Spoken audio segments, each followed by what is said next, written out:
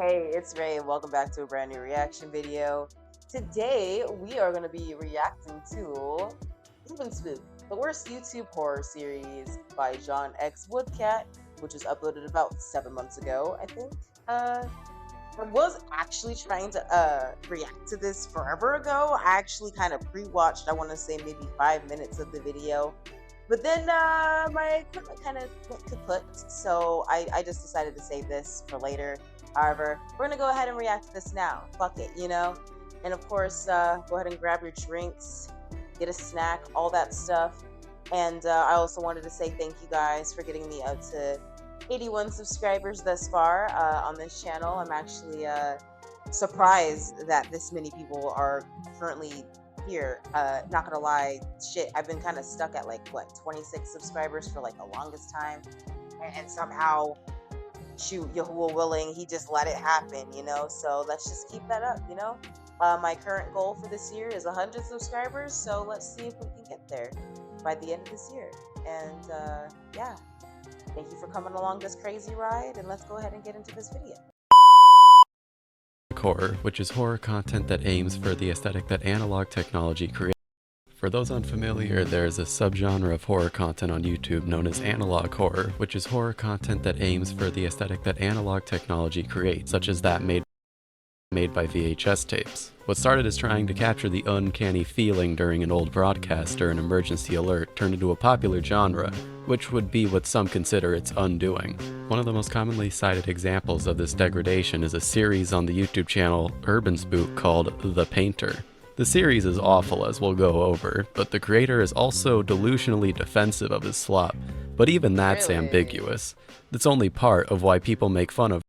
Okay, that makes a lot of sense. Because I originally, when I first saw Urbanspook's The Painter, like at first, I was kind of like, huh, interesting concept, that interesting. But let's go ahead and just see why it's bad, because I haven't really been keeping up with this specific ARG like I have with everything else. There's so much shit popping up, like really, really good shit. And it's just, I don't know, kind of hard to keep up with nowadays. Of Urbanspook, the worst YouTube horror series. To criticize the series, it is essential that we not only know the series, but also what it's all trying to get at. The first episode of The Painter, titled Faces, starts the series off by introducing the simple premise. A serial killer is at large and he makes paintings detailing the methods which he kills his victims. The episode starts when the police find 3 paintings in a storage unit that tie to 3 recent murders. The first victim, Carla, was found with 36 stab wounds and had all her teeth removed. Her painting, titled Carla's Teeth, showing a character with exaggerated teeth. It's symbolic in a way. The second victim, Jackie, was stabbed 27 times in the taint, living through the stabbing but ultimately dying to being drowned. Her painting, titled Floating Jackie, is of a body in red water.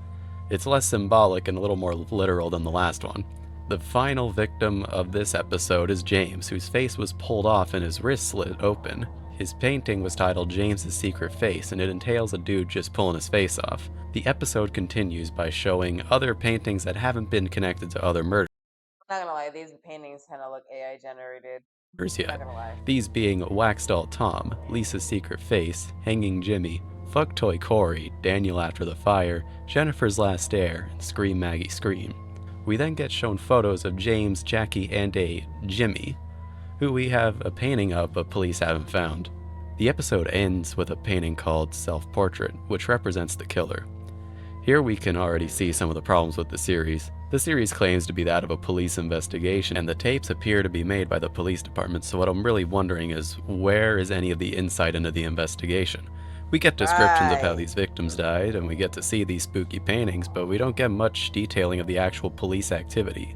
Since this is the first episode, though, it could just be a case of first episode syndrome, where the first episode's just kind of mid compared to the rest of us, but let's see if that gets any better.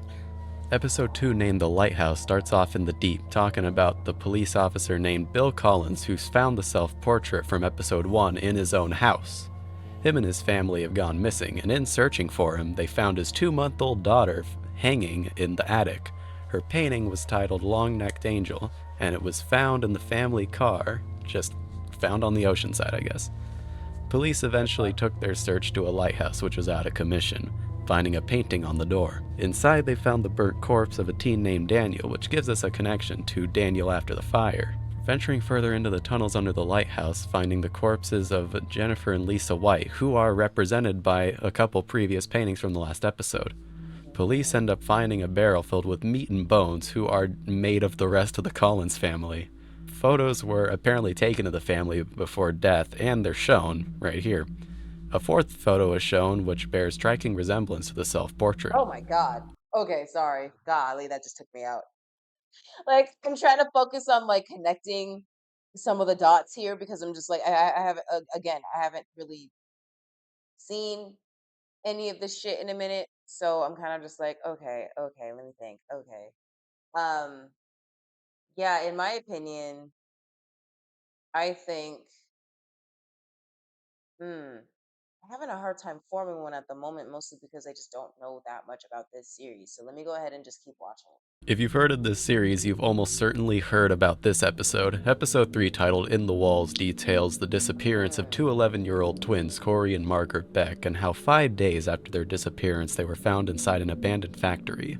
Despite being considered found, only the top half of Margaret and the bottom half of Corey were found. The halves were stitched together when their respective other halves have yet to be found. Margaret's neck and jaw were broken, with a brick being shoved down her throat. The brick had the word Uh, meat written on it. Corey's cock and balls were pulled off his body by force. In case you haven't made the connection, these two paintings are Fuck Toy Corey and Scream Maggie Scream. A week before Corey's disappearance, he had been dared to go into a spooky cabin and was met by a face. He took photos of the inside of the cabin and were shown the photos, the oh, last one seeming yeah, to be the okay. picture from the self. Yeah. I remember this episode specifically. That's a really creepy picture. I'm not gonna lie. Okay, like, I don't know. Like I said, it's giving AI generated, and yeah. What does this have to do? Like, I really wish that we can get more details as to how these cases are specifically connected, other than through the paintings, because it's like, is this an entity targeting certain people for specific reasons? Like, what are we trying to do here? Portrait. I skipped talking about episode 2 in depth so that I could use them both to just talk about the main grievance with this series that I'm sure you can understand at this point. Series hasn't really learned from its first episode and still doesn't really give any insight into what the police are doing, and instead just Right. wants to talk about all the gruesome murders that took place. It's not an unpopular opinion to find this series not scary at all, and there's a point at which something is so shocking that it actually just isn't even scary anymore. If anything, it's actually kind of funny. Fuck Toy Corey has actually just become an in-joke with my friends and I because just of how goofy it is. If It Urban kind of Spook is wanted to goofy. make a horror series so shocking it just ends up being funny, then he really hit the spot. But something tells me that wasn't really his goal, and I'll get to that later. Another nitpick I have with the story is what it shows as photographs. The photos that Corey Beck took are clearly like real photographs, and then you compare that to the photos that are just found of people before death. And that ruins Exactly. That's immersion why I'm for sitting me. here just like, Fuck Toy Corey, I can stay immersed in that. Episode 4, The Clue, tells us that an investigator named Sean went missing, and the last body he found before his disappearance was that of a Tom Harris. It was found that the killer climbed up Tom's drain pipe and went into his bedroom window. A pile of wax was found in the living room, and inside was the body of Tom, who had died of suffocation from the wax. We can't just that's have him suffocate from the fuck. wax, though. His arms and eyelids were cut off, and for some reason, there's a third arm in the pile of wax with an unknown owner. The painting Wax Okay. Doll Tom from episode 1 gets solved, leaving us Okay, so what? And who are these people anyways? Like, what is the background story of these people specifically, other than how they died? Like, how are these people connected to? Like, is this entity or whatever just killing at random or whatever, or is there like a vengeful reason? Is there a reason for, like, is it like a sacrificial reason, like, oh, I'm doing this to appease some deity that is above me, which is why I'm doing this type shit? Like, what is the goal here? What is going on? Again, I'm I'm starting to see why people are kind of like, yeah, this kind of sucks, because it's like, um this isn't really a story. with only Hanging Jimmy. Back to the investigator Sean, though. He went missing, and police found Sean's dog in his apartment with all her legs broken, but she was still alive. Blood Okay. was found trailing to the kitchen, the only clue police found being the number 2 written in blood by Sean. A new painting named The Man in the Pipes was found in Sean's bedroom. Security footage managed to snap a picture of the killer, and this is it. The next installment, Witness, is more of the same. A girl named Tina and her sister Flora are taken on a road trip by Tina's boyfriend Jack. Wouldn't you know it, they go missing and Jack's car is found with a painting in it titled Flower Face Flora, obviously alluding to Tina's sister. Tina is found alive, but her arms and feet are cut off. Flora, however, was found with her head smashed by a hammer. This is fine for police to show, I guess, because, there it is. Tina says the killer is still near, and though police can't find him, another painting is found titled Long Jack, which had just been put in Jack's car while the police were away. Jack's still not found. We get a sketch of the killer's face, which just about lines up with everything we've seen thus far. Okay, this one's a little wild. Okay. Episode 6, Pigs, starts off by telling us that a former police officer named Ian Ford and his wife May have gone missing. Police find May at a bar and handcuffed, though her hands had been ripped off her body, and was found badly mangled, but autopsy showed she was dead from internal bleeding. A dead horse was found in the barn from a sildenafil overdose. Sildenafil, for those who don't know, that's Viagra. The head of the Ford's granddaughter was found, and it's shown right here. In other stall of the barn, faces were nailed to the walls, some belonging to previous victims. Also, there were some decapitated pigs, but in the middle of But again, how do these people connect, and why is this guy specifically targeting these individuals? That is what I'm trying to figure out. Like, and why is there like no actual investigation being done in the series so that we can actually figure out how the characters in this story are putting the pieces together? You know what I mean? Like, you can kind of like, I'm not gonna compare or anything like that, but like an ARG, that's like a good example as to like how an well, it was one individual, maybe a couple individuals investigating these things. Like the police weren't really involved, but it was like a situation that was happening amongst friends, and it's like one of Alex Bale's. It was Alex Bale's SpongeBob ARG. Basically, like that shit right there was a really good ARG. Okay, like I'm gonna just be real that that was a good example, and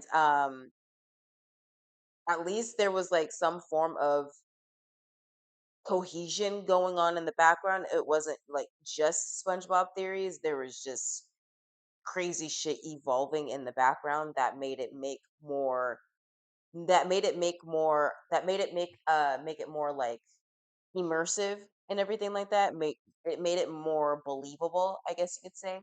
And this right here kind of just takes me out of the immersion a little bit because we don't really have anything evolving in the background. Like nobody else, it seems as though that the characters within this universe don't actually give a shit and are just letting this shit happen instead of like seeking out answers. You know what I mean? It just doesn't really make any sense, and it kind of gives me a hard time to attach myself to these characters, I guess.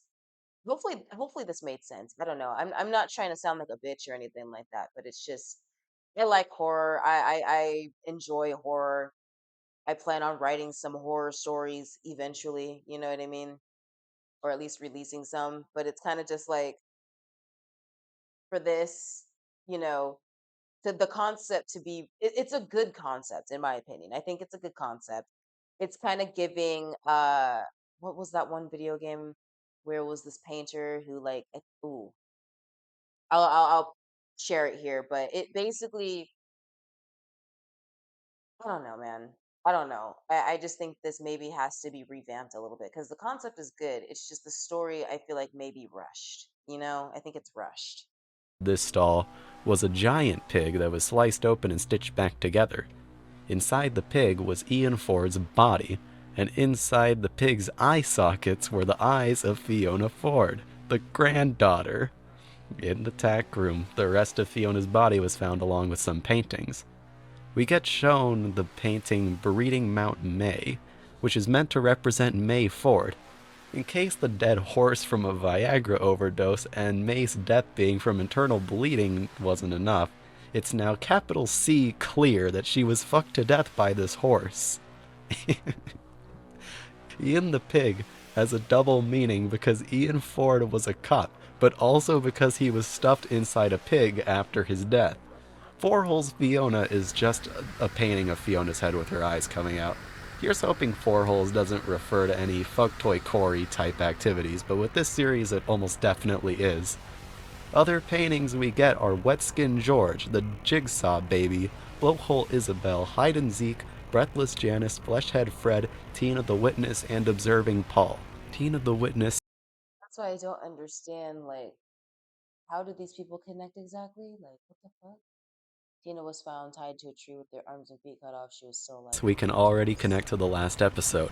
A tape is also found that's heavily damaged, but miraculously the footage gets to be recovered, which is the footage you're seeing right now. Episode 7, Family, opens with some more murders. The first victim shown is a teacher named Isabel, who called the police as she was attacked, but the address she gave them led police to a different scene. Police were led to a house belonging to a family of 3 people named Janice, Paul, and Zeke. The family was expecting another child in a few months. Janice and Paul, the husband and wife, were found executed in the kitchen with the fetus ripped out of Janice. Janice had been strangled with the umbilical cord. Paul was found dead, tied to the kitchen counter a few feet from Janice. The fetus had been spread around the house, and Paul was found to be dead of asphyxiation after the head of the unborn daughter was shoved down his throat. Zeke is missing, but given the painting Hide and Zeke, I'm sure you can guess. A painting was found in the house with the title mostly being scratched out except for Pipes. The Pipes painting is a little ambiguous at the moment as to who that is, though some theorize it's Sean from episode 4, because he's the man in the pipes and it kind of looks like him. Already we have 4 paintings from the last episode with Observing Paul, Breathless Janice, Hide and Zeke, and the Jigsaw Baby. Isabel Jackson from the beginning of the episode's house is tracked down.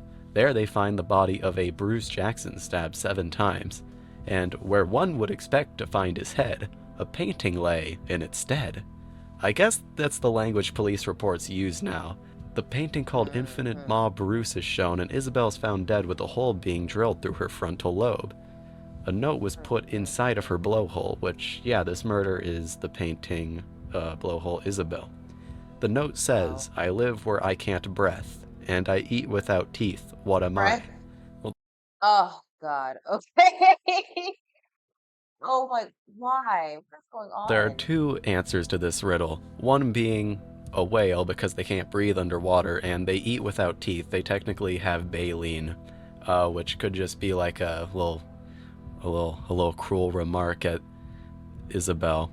The other answer would be just a fetus, because they you can't breathe in the womb, and they don't eat with their teeth. So you can go with either one of those answers, but the important part is 2 sets of footprints were found at the scene, indicating more than one murderer, which is what Sean's blood drawing from episode 4 was alluding to.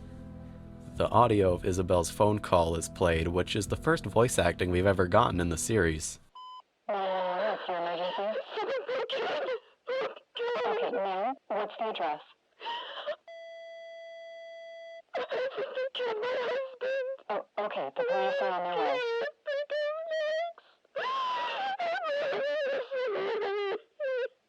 Do you have somewhere to hide? I locked myself in the bathroom. Okay, good. Are you able, do you know they're there? Yes, please.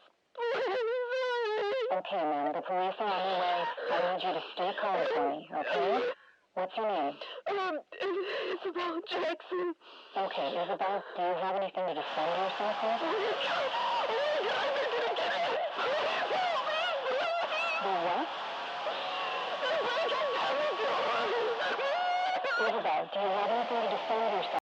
Sounds like they're using a chainsaw, probably. I don't know. Or again, it could just be some kind of weird fucking entity. Do you have something to defend yourself with? Girl, send the fucking police. Okay, listen, stay calm. Are there any windows in your bathroom? Isabel? You literally are hearing this woman die. Hello? Hello?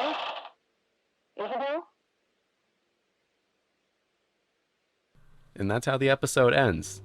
It's probably a really cold take, but this is actually just the best moment of the series. All we've had thus far is just gory descriptions of murders of random people and Right. sometimes some unsettling paintings. It was finally a breath of fresh air to hear more than just scary music play in the background and read white text on a screen. I think if the series Exactly. leaned more into this aspect and actual showing without telling, then it could be improved a lot.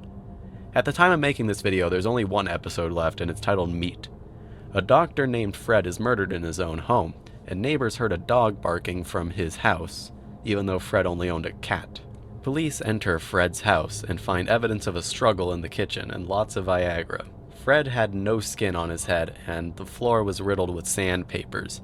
Fred's cat couldn't be found, but a painting was found seemingly portraying the cat called Pocket Pussy. Fred's painting was Why? found a while back with Fleshhead Fred, and we get the development that the painters are zoophiles too. Seems they skinned George and Shane Dawsoned his cat, but that's paid no mind I guess as we move on to the man named George who was found killed in his home. Barking was also heard during this attack for some reason. The body was so fucked up that it was I'm sorry, that Shane Dawson his cat line was crazy. I don't know why that just. hard to identify him. George's face had been cut off, he was stabbed 487 times, 4 of these Damn! wounds were fucked, and photos were found inside of his body. George's murder is, of course, what skinned George from pigs. A police dispatcher named Sarah and her husband Michael got abducted too. A security camera captured the killers entering Sarah's home, and this is the first time we get to see video from security camera footage. I mean, we get actual film, but this is the first actual animated video. And that's it for the series thus far. There are going to be more episodes, and the series is not finished yet, so I can't review it as if it's a whole, but so far the series does deserve its negative reputation. It's all just shock value for the sake of shock value, and I really can't respect that. The lack of storytelling leaves a dry taste in my mouth that I wish could be resolved. And that's exactly how I feel. Like, I can't really immerse myself in this series because there's just nothing really to care about, if that makes I'm sense. no Nostradamus of storytelling, but I'm also not making a horror series to a dedicated 90,000 subscribers. The story peaked in its shock value with Fuck Toy Corey, since he was not only a child, but was also mutilated and raped, judging by the title. The only reason I don't find 4-hole Fiona more shocking is that there's no implied sexual assault. I'm not ruling it out, but at least 4-hole Fiona gives some ambiguity. This series' shock value problem transcends Fuck Toy Corey, though. In the case of George and his 400 stab wounds, 4 of which being fucked, and his cat being skinned and fucked, as well as Paul being forced to eat his own unborn daughter, or even the case of May being fucked to death by a horse, these are all examples of this aspect. If the series was more grounded and focused on the police investigation or included more live elements such as the phone call or security footage, I could see this series actually being good. It's such a shame because the idea of a serial killer that makes paintings of his victims and leaves them around is such a good premise, and it's so utterly botched in its execution. I only talk about all Exactly. these episodes as opposed to just the most shocking ones to show how repetitive the series gets. A criticism I see of Urbanspook critics is that they don't look at the whole series, which, to their credit, all the big critique videos I've ever seen really only talk in depth about In the Walls and pigs, and I've talked about everything to ensure you're not missing. I'm sorry. So he made Fuck Toy Corey merch. What? Who child? It's not scary, yep.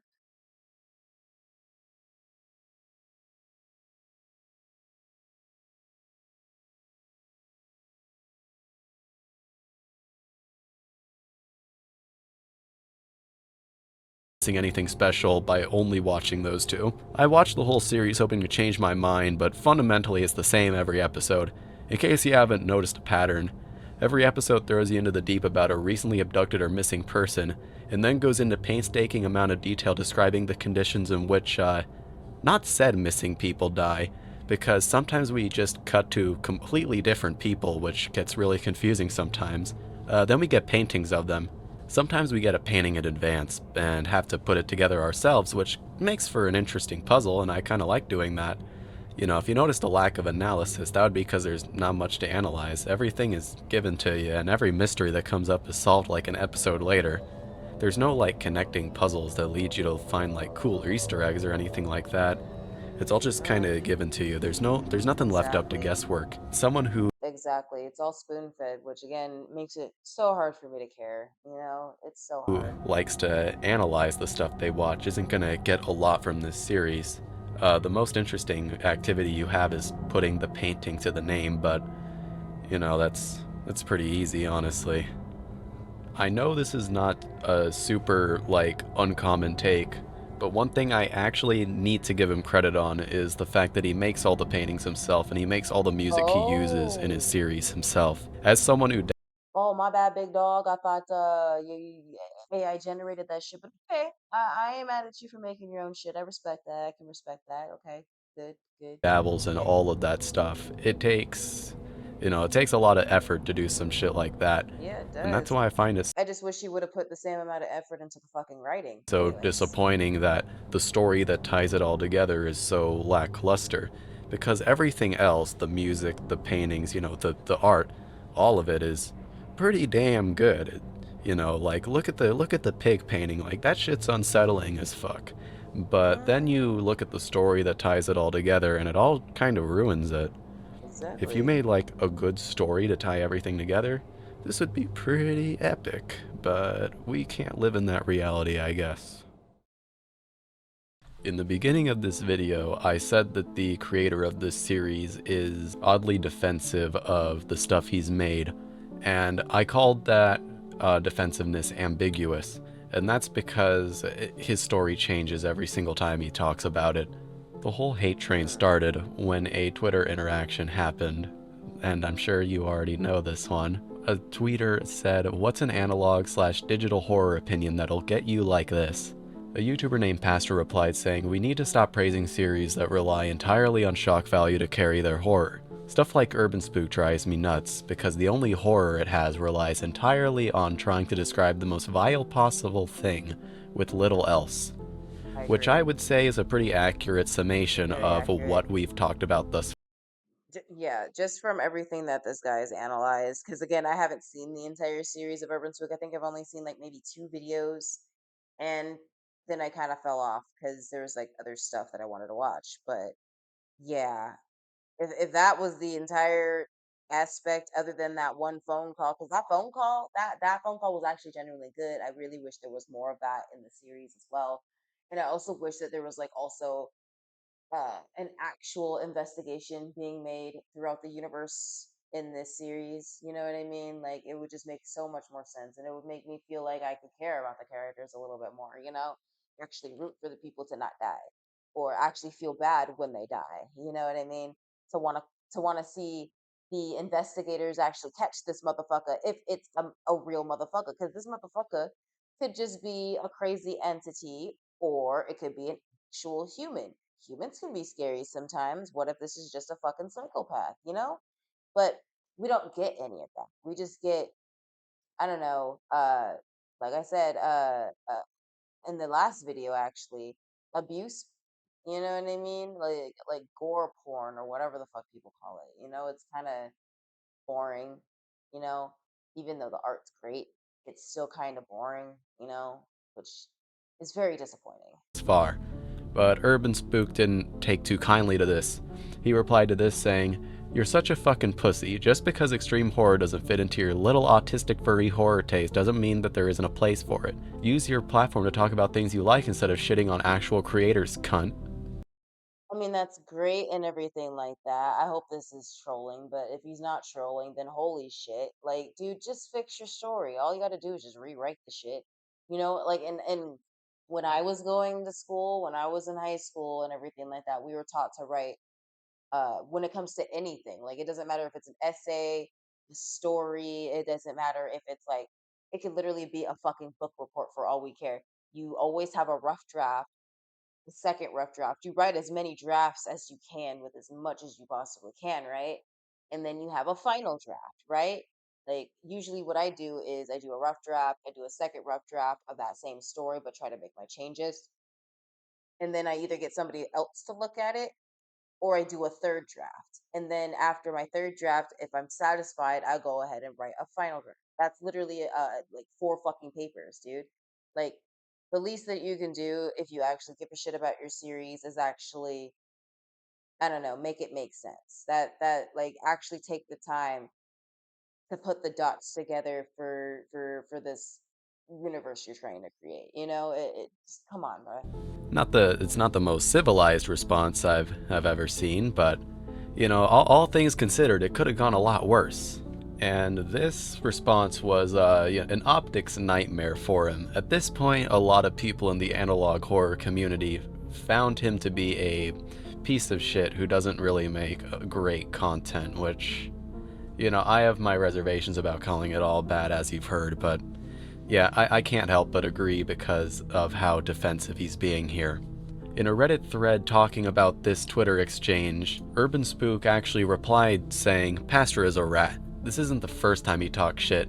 Maybe I went a little hard, I don't know. I'm sure you're aware that there's been an extreme amount of hate lately. I guess this kinda was the last straw for me. This isn't the first fairly big content creator that basically says I shouldn't have a place in the community simply because I do extreme horror. As I've said it before, I'll keep calling this series analog horror for its consistency, but as soon as it's done, I'm drawing myself away from the analog horror community. I'll keep making horror content on the channel though. I really try to focus on all you guys who support my work instead, but it's hard sometimes, especially since I'm fairly new to this. Please know that I appreciate you all so much. And here we have it." So since you're new to this, then why not just take the criticism that you've heard and try to apply it to the story that you have to try to make it better? I don't know why that's hard, but okay. He was under a lot of pressure at the time, and therefore he snapped when he really shouldn't have. Whether he regrets it or not is kind of in the air, but as you can see, this is very clearly not something he'd ever do. This is just an isolated incident because everything's been stacking up so much, despite the fact that he really hadn't been getting that much hate at this point. But you know, any amount of hate can be a lot to someone who's just starting out making content, who's not used to all the attention. But here we have where he's kind of mauling about the hate he's been getting. Urbanspook haters, when horror is meant to be horrifying. And it's just a picture of Fucktoy Corey. Or here, where we have someone who doesn't really like Urbanspook just posting a picture of someone saying, "Why does everyone hate this analog horror series?" Just with the very crass Because it's reply, dog "'Cause it's shit." dog shit." I'm sorry. Furry, lol. Come on, the least you could do is actually be funny. And Urbanspook just replies saying, "You're a furry." I don't even know if I'd say that this OP is a furry. I mean, that they've got an Right, animal in just their like the profile name. picture, but that's very clearly a animatronic character from the Walton Files. They might just be a Walton Files fan, you know? But I guess Probably. animal and picture equal furry equal degenerate. We're still stuck in Right. 2016, I guess. I have no clue the context behind what he's even saying here with Ches Who, but someone, you know, I assume Ches That's literally how he said, "LOL, ain't no fucking way this is some horror project. I thought this was just another autistic kid with a no, that's literally one of the most popular, yeah, way more popular than yours, Urban Spook. At least they were so immersive with their story to where they have a whole ass fucking website that you can literally engage with in order to figure out what the story is. They put a lot of work into that motherfucker. I really don't understand. says, "No idea, man. Stay spooky," clearly trying to be like a good sport about being basically called irrelevant by Urbanspook here. And Urbanspook can't even stay a good sport. He just says, "Lol, ain't no fucking way this is some horror project. I thought this was just another autistic kid with this persona as PFP Lamau." Which, you know, really going out of his way to make everyone hate him. Like this guy's trying to be nice to you and you're just doing this shit. It's like there's a reason no one respects this guy, and behavior like this is how you could just end up even more hated. Like, you don't make your series good, you do all the shit yourself, which lends you some props, but because you do that, you feel entitled to just talk shit about everybody who has a problem Right. Sometimes it's good to be humble, sir. Like maybe be a little bit more humble. with the lack of story writing that is Fucktoy Corey. Like, you know, anyone could come up with Fucktoy Corey in their head. Could anyone come up with, well, I'm sure a lot of people could come up with the Walton Files actually, it's a pretty basic story. But the Walton Files at least is good. For how derivative the Walton Files is, it's actually good. But here we have the last thing I want to talk about, and that's Urbanspook's comment under the Wendigoon video, where he basically does nothing but lambast the Urbanspook series, where he says, "Wow, I can't wrap my head around the fact that you actually made a video talking about something I created. Even if it's not necessarily in a good light, it's still surreal to me since I've watched your content for some time. Here's some things I really want to clarify. I have no idea where you've heard that I don't care about my series or that I only make it to sell shirts. That's not true. I made the first couple episodes just for fun, but since it blew up, I really want to improve and try my hand at something new for each episode, like animation or voice acting. I age restricted myself for episode 6, since this was around the time I realized there's a lot of kids watching my series. The Painter is intended for an 18 plus audience. I had no idea that so many young people in the community were watching when I started. Also, the episode was planned out way before any controversy started. It was not a response to angry people on Twitter. Speaking of, please don't take anything I do on Twitter seriously. A lot of people know me solely from Twitter by now, but I really only use that site to troll. I It's weird. don't really Okay. care if anyone hates my work. I'm very aware that it's extreme and provocative. I get the criticism about the writing being shit. Art and music are things I've done my whole life, and they're what I mainly want to put out there with the series. I've never done writing before, and telling a story with deep lore, etc. was never the point. However, there's definitely more to it. There's a bunch of hidden things in the episodes, from one-frame puzzles to clues in the audio design. I even think there's stuff people still haven't found. Seeing the community come together to figure out the name of the painter was really cool. There's more there even if it's not that deep. And while the presentation is a bit janky, mostly because English isn't my first language, it's one of my favorite aspects of the series.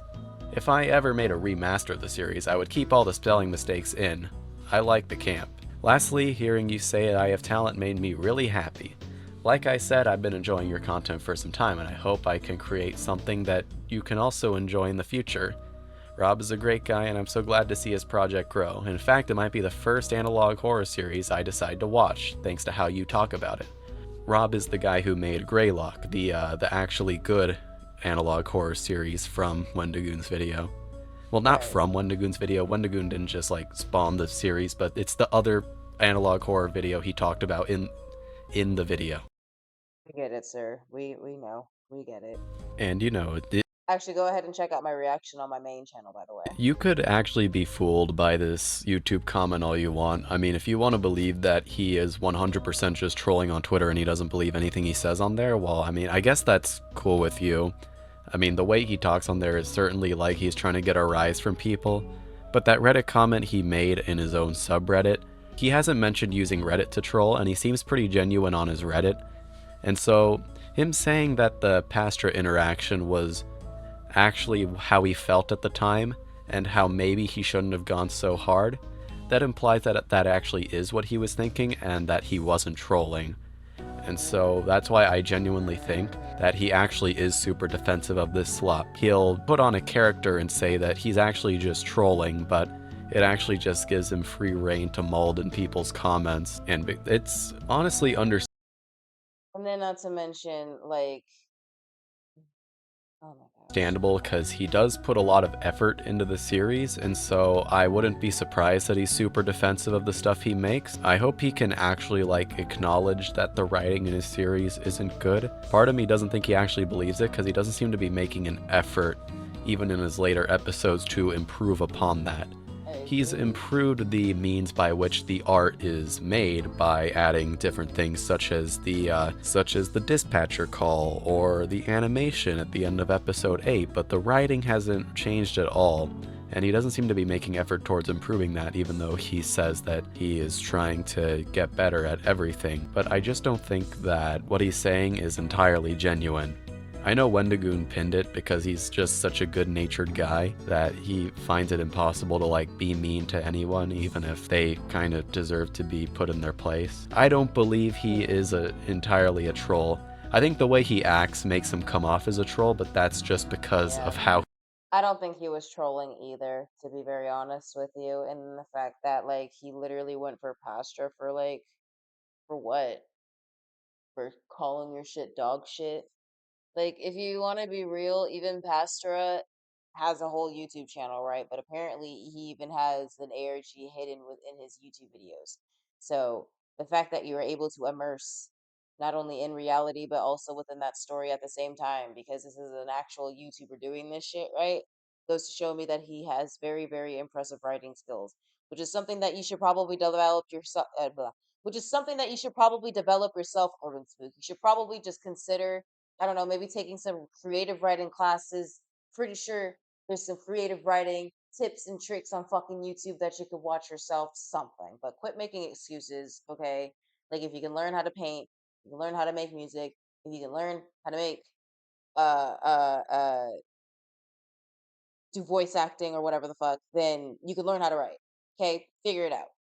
He is, and I think he knows that, and he's taking advantage of it to make people think that he's not being genuine when he actually is. I'd show you even more incidents of him acting like this troll persona, but this video would be way too long, and you've already gotten the point of how he is online. You know, do you think he's a troll? Do you think he's just a real moldy guy who knows that he can easily come off as a troll? You know, let me know about this. What do you make of this whole situation? I think he's a Lord Moldy, I but hope you at least know now that this has been Urbanspook, the worst YouTube horror series that I think I've ever seen. great video. Thank you guys for watching. Let me see if there's any more after this, actually. Oh, wow. That's a crazy fucking image right there. What the fuck? Anywho, thanks for this video, man. Go ahead and subscribe. So yeah, there's that for my video. I pretty much talked all my shit, essentially. Just, you know what I mean? He's really good at art, really good at music, really good at doing these things. Just get better at writing. That's all you have to do. If you can do all these other things, then you can do the writing thing too. Come on, bruh.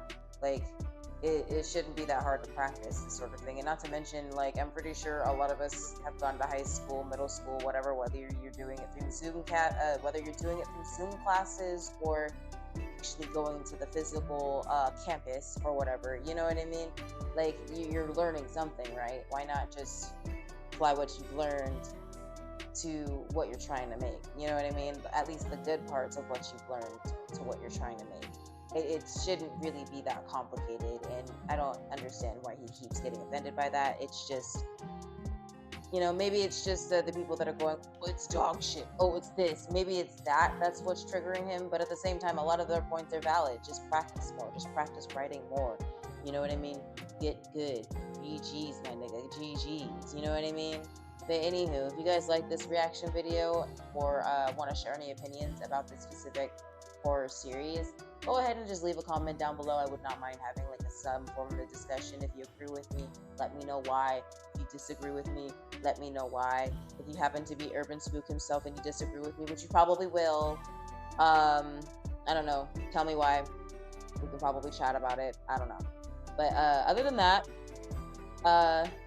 we're trying to get to 100 subscribers by the end of the year, so go ahead and just subscribe, like this video, share it with your friends if you thought this was a good take, or if you thought this was a good video in general. And let me know what kind of videos you want me to react to in the future. I'm willing to react to damn near anything as long as it's not violating TOS. So let's just make sure that we are on the good foot with that sort of thing. Okay? And of course, have a wonderful day, afternoon, and evening. And shalom.